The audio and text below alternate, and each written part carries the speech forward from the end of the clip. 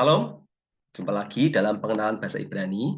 Setelah kemarin kita banyak belajar tentang awalan-awalan yang mungkin bisa ditambahkan di kata benda maupun kata kerja bahasa Ibrani, sekarang nanti kita akan konsentrasi kepada akhiran, apa yang mungkin bisa dibubuhkan di akhir atau di belakang kata benda maupun kata sifat.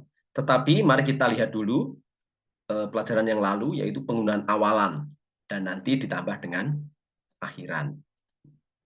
Bagaimana kalau sebuah kata benda atau kata sifat juga bisa dengan artikel, preposisi, dan konjungsi, semuanya dibubuhkan di depan. Sebagai contoh ya, webasus.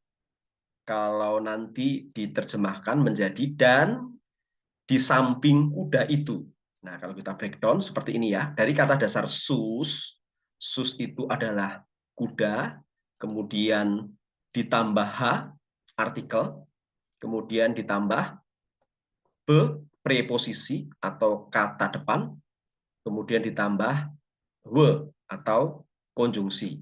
Jadi di depan ini adalah kata dasarnya, sus kuda, gitu ya. Ini menjelaskan kudanya, kemudian ini artikelnya, nanti diterjemahkan itu, kemudian nanti preposisinya, jadi di samping. Nah, kemudian we ini adalah kata sambung atau konjungsi, diterjemahkan dan, gitu ya. Nah, penulisannya bagaimana? Nanti mewakili kan, yang artikel ini diwakili oleh vokalnya, sementara yang preposisi diwakili oleh konsonannya, sehingga membentuk seperti yang di atas ini.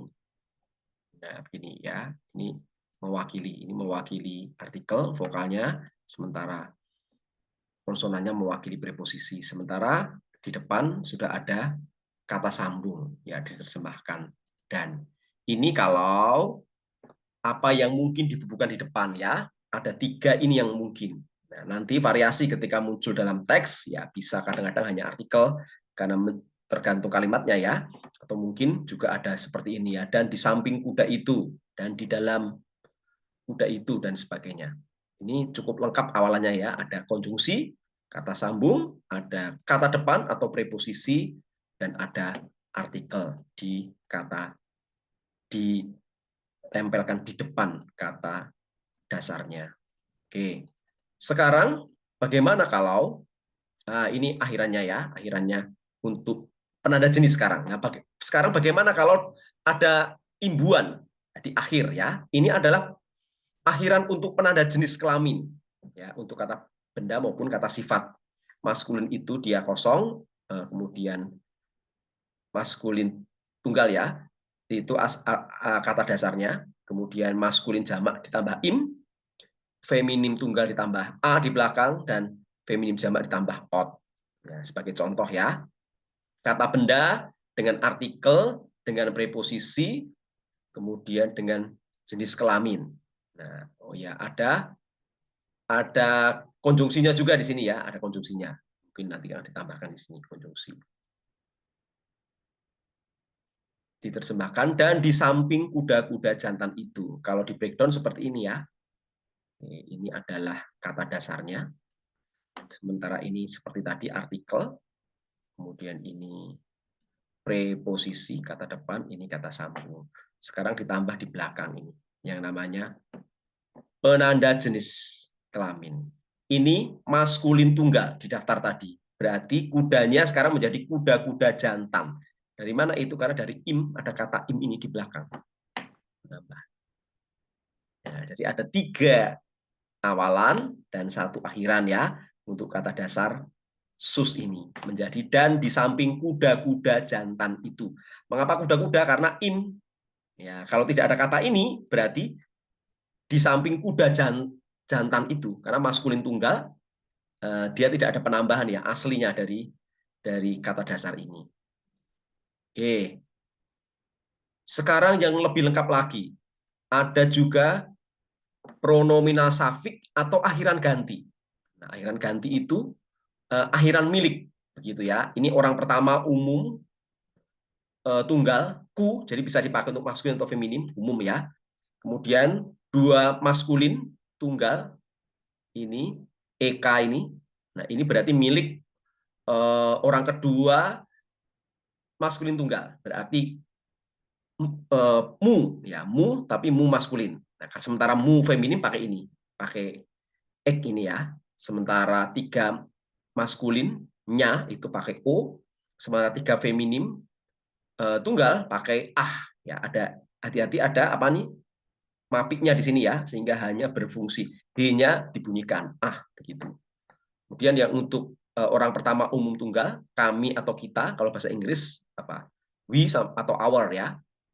Kemudian dia pakai enu, dua maskulin jamak memakai ekem, dua feminim jamak memakai eken, ekem tadi ekem ini eken, kemudian tiga maskulin